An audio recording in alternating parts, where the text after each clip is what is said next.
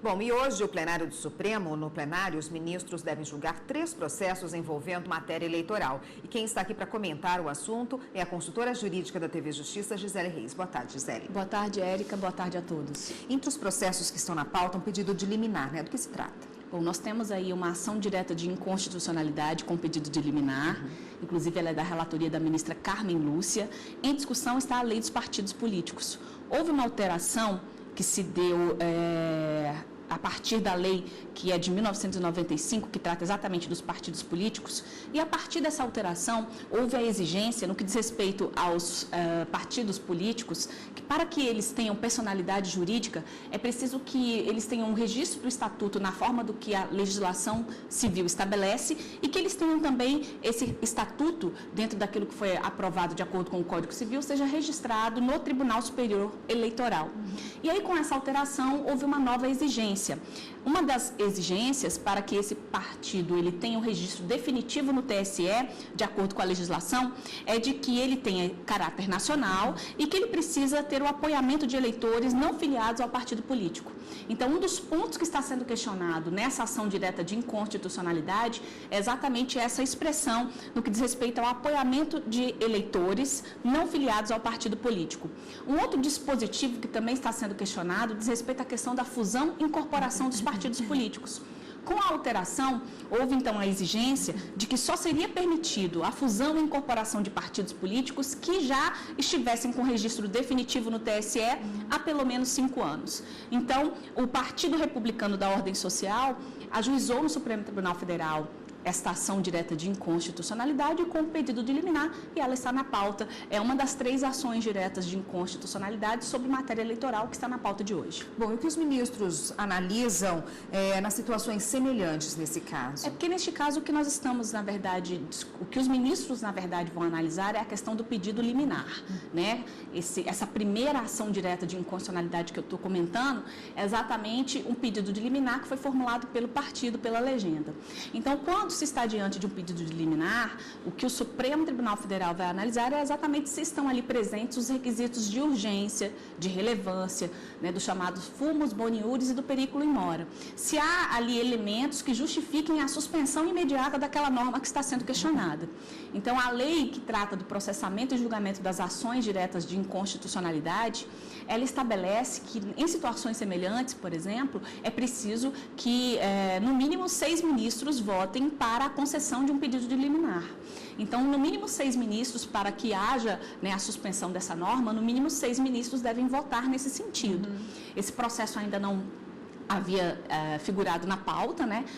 Ele está na pauta pela primeira vez, o julgamento não foi iniciado, então há uma expectativa de que ele seja chamado a julgamento, e na hora em que for chamado a julgamento vai ter inclusive a oportunidade de que as partes se manifestem em relação à procedência ou improcedência desse pedido de liminar, todos aqueles que estão envolvidos na ação direta de inconstitucionalidade, e os ministros vão poder então se pronunciar.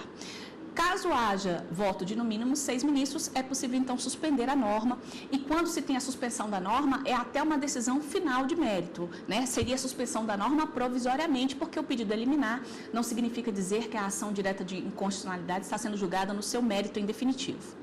Rapidamente, Gisele, esse não é o único tema eleitoral que está sendo hoje debatido no plenário. A distribuição do horário da propaganda eleitoral também está em pauta. Também está em pauta. 2 ações diretas de inconstitucionalidade tratam dessa temática.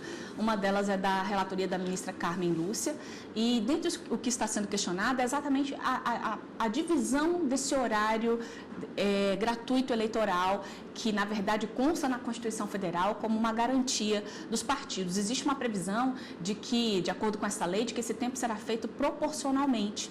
Então, muitos partidos que não têm uma representatividade efetiva, né, acabam se sentindo prejudicados, e aí na pauta também tem essa ação direta de inconstitucionalidade, questionando exatamente essa alteração na lei dos partidos, na lei que trata exatamente da propaganda eleitoral gratuita. E uma outra ação direta de inconstitucionalidade, além desse aspecto do horário eleitoral, também questiona a questão do direito aos partidos ao fundo partidário. Tá ótimo, Gisele. A gente volta a discutir os assuntos do plenário no próximo bloco, só um minutinho. O Supremo Tribunal Federal deve analisar também nesta tarde as ações diretas de inconstitucionalidade que discutem uma série de itens ligados às TVs por assinatura.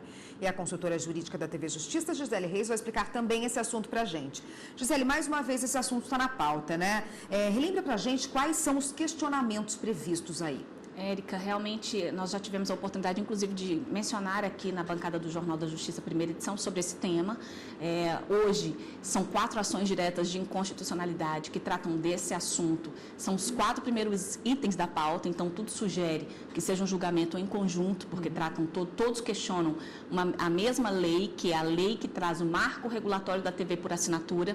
E, de um modo geral, o que eu poderia citar para você é que os poderes fiscalizatórios da Ancine estão sendo questionados. Então, dentre os questionamentos que são nas ações diretas de inconstitucionalidade, aponta-se a Ancine como uma reguladora absoluta de toda essa matéria relacionada à TV por assinatura, e isso está sendo questionado. Um outro questionamento diz respeito à restrição de capital estrangeiro, né? Existe um dispositivo na lei que restringe a participação de capital estrangeiro aqui no Brasil, e isso também, de acordo com as ações diretas de inconstitucionalidade, haveria então uma ofensa de tratamento diferenciado entre brasileiros e estrangeiros. E também tem uma veiculação mínima de matéria nacional. A lei estabelece um mínimo de matéria nacional que deve ser veiculado nessas TVs por assinaturas, e isso também está sendo questionado. Então, são 4 ações diretas de inconstitucionalidade e, é como eu mencionei, são os 4 primeiros itens da pauta e o julgamento deve ser conjunto. O Supremo se usa muitas vezes de audiências públicas para decidir alguns assuntos mais polêmicos. Esse caso de TV por assinatura já foi alvo de uma audiência pública? Foi alvo de audiência pública e é uma oportunidade bastante interessante, porque os ministros, eles têm conhecimento jurídico. E muitas das vezes, diversas matérias aqui que chegam ao Supremo Tribunal Federal demandam um outro conhecimento, que extrapola o conhecimento jurídico dos ministros, e aí, nesse sentido, faz-se necessário a convocação de audiências públicas para ouvir especialistas dos mais variados temas.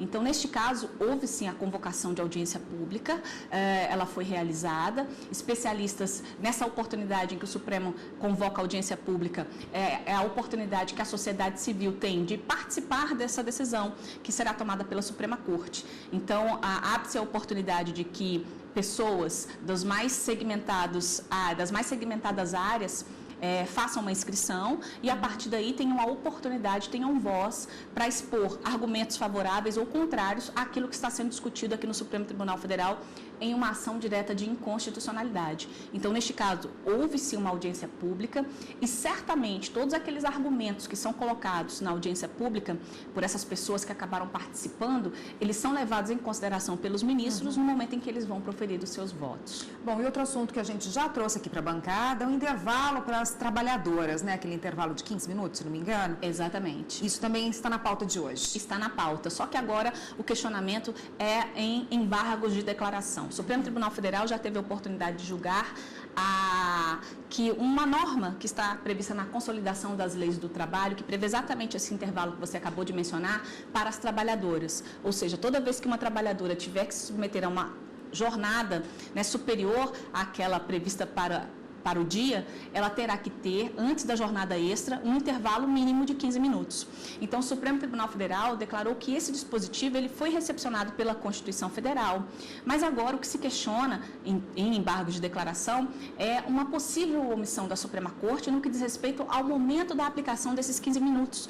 E um exemplo, inclusive, que está previsto no embargo de declaração seria no caso daquelas trabalhadoras que só teriam que exceder a jornada em 10 minutos.